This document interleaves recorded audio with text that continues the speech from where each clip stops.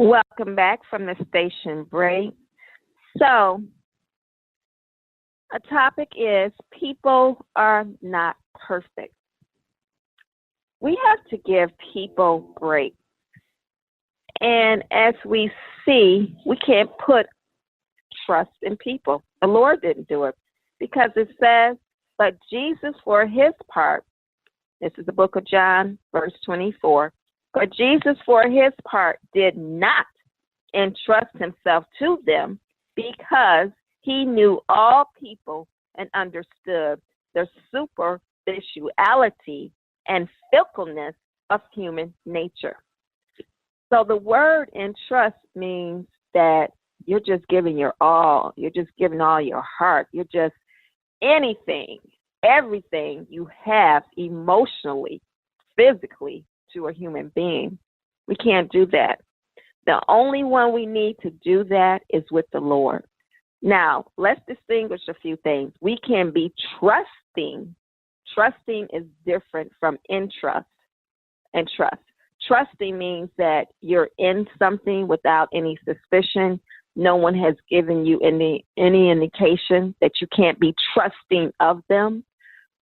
For example, in a relationship, in a marriage, you're trusting that person, but you don't have all of your trust in them because you know that they are human just like you are human, and there are going to be times when someone is going to say something that wasn't kind. Someone will break your heart.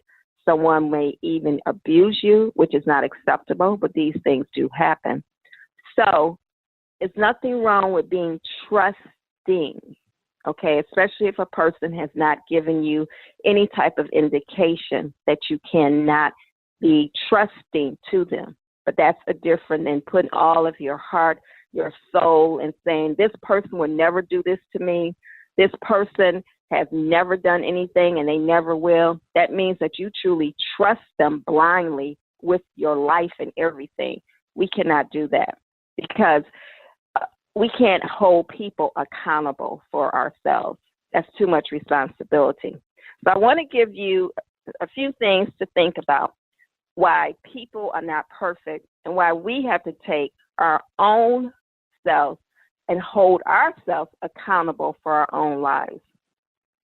It's very unrealistic to have expectation in people to make your day. It is.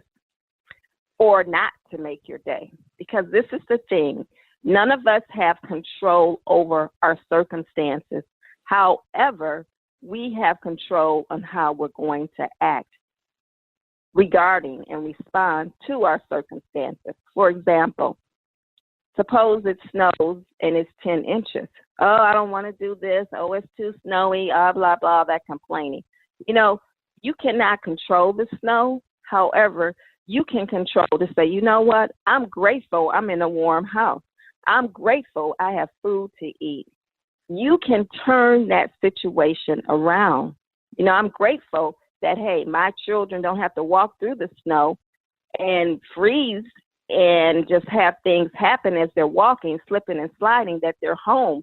And I can use this time to bond with them and spend time together instead of complaining, oh, I got to shovel the snow. Oh, I got to clean off the car. Be grateful you have a car to clean off. Be grateful that you're healthy to shovel. So I use that example to say none of us can control our circumstances. None of us can have a person make our day. We don't need to choose that. If you get up and your significant other, your husband, your wife, your children are having a bad day, it's up to you on how, or challenging day, I should say. It's up to you how you respond to that. Because it shouldn't be a trickle-down effect. You have the ability to wake up and say to yourself, this is the day the Lord has made. I shall rejoice in it. And rejoicing in it, it doesn't always mean, woo-hoo, you know, hipping and hopping. It means that I'm at peace with it. I still have a joyful song in my heart. No matter if it rains outside, no matter if I don't know how I'm going to pay this bill, I'm still going to be joyful. No matter if my children are not acting the way that I want them to act, I'm still going to be joyful. You have that choice. We all do, because God gives us free will. So I want you all to start thinking about that. Don't depend on circumstances to make your day. Don't say, oh, wow, the dryer went out, the washing machine went out. Oh, what a terrible day. No, okay, it's gone out. It is an inconvenience. What I'm going to do is pick up the phone and get it serviced. Start changing your mind to realize that you have control on how you want your day to go. And don't drop that in the lap of another person. Oh, if my children would just act right, that would just be so great. Oh, if my husband just did this. That's too much responsibility. It is your life. It is your thoughts. It's up to you how you want to start your day. And also, why would you want to place all of your trust and hope in a human being? Because you're fickle. I'm fickle. And, God knows we're fickle. So why would you even want to do that? We are like humans. We're like weather. It's up and down, up and down, up and down. One day it could be a stretch of total sunshine. The next day it could be a stretch of rain. The next day it could be a stretch of snow and ice. We're interchangeable because our feelings are fickle. That's what makes us fickle, is our feelings. So with that being said, why would you want to trust and give all of that to a person and be responsible for your own life? Why would you want to do that? No, it's just like two blind people leading the blind. You don't want to do that. You want to have power over your own life. And we need to also leave room for human error because, yes, people are people, okay? People are going to get you upset. However, it's up to you, once again, how you're going to react to it. I have a perfect example. This past week, I have been noticing with someone, with their demeanor they feel the need to have the last word. They feel the need to be confrontational. And I've been noticing that, okay? And I've been going to God about that. And when I was speaking to this individual, I said, there are some things that I've been meaning to share, and now I'm going to share them. And that's biblical, because in the word it says, when a fellow Christian, and to me, we're all Christians because God has adopted all of us, in my opinion. Christian and being saved is two different things, but that's a sermon for another day. But it does say in the Bible, not a fellow Christian, it says if a fellow believer has offended you, you need to go to that person right then and there. And that is true. And this is why I believe the Lord tells us to do that. And he also tells us to forgive them too, and to correct the offense. This is why I believe he tells us to do that, because when we hold on to that, it festers and it boils, and it's going to come out. And in my situation, even though I've had numerous conversations with this individual, I held on to it for a moment because I wanted to pick the right time. And I will say this, when people offend you, the very first thing you need to do is to forgive them. The very first thing. Well, I'm going to retract that. The very first thing you need to do is go to God and explain the situation. We as humans, what we usually do, the very first thing, we get on the phone and tell everybody. We tell our husbands, we tell our significant others, we'll tell the mailman, anybody that will listen. That's what we do. We just got to get it out of our systems right then and there.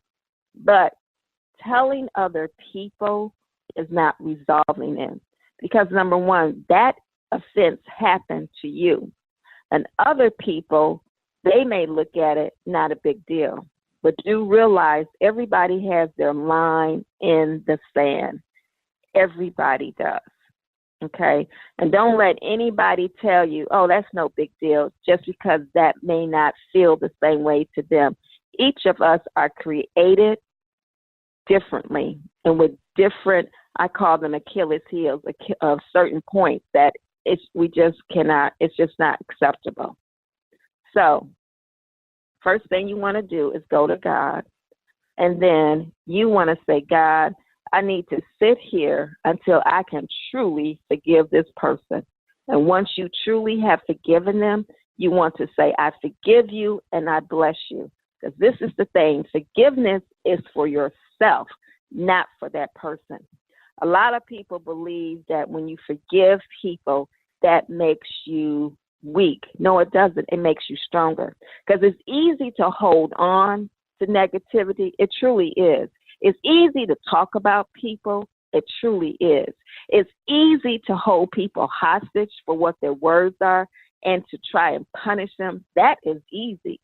But when you can truly forgive only through God's help and then realize, you know what? I have offended people. Because we have to take responsibility too. We may not have offended the person that's just offended you, but we all have offended people. We were forgiven through the Lord. We were forgiven through people. So who are we not to forgive? And we also have to look at, if we don't forgive, when we need forgiveness, we're not going to get it. So remember that. If you call yourself trying to hold somebody hostage or teach them a lesson, that is backfiring on you. So immediately when that offense occurs, you go to the Lord and say, Lord, help me. I'm not going to leave right now until I have that forgiveness. You forgive them, you bless them in your prayers, and you go to them.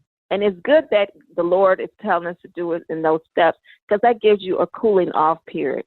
Because you never want to address a situation that is painful, that is disrespectful, that is hurtful, that is on your mind and you're upset. Because believe me, with our fickleness and our human nature, we're going to say some things that is going to be so regretful. Okay? So you definitely want to do those steps. I'm going to pause now. We're going to take another break, and I'll be right back. Think about those things, and I'll see you in a moment.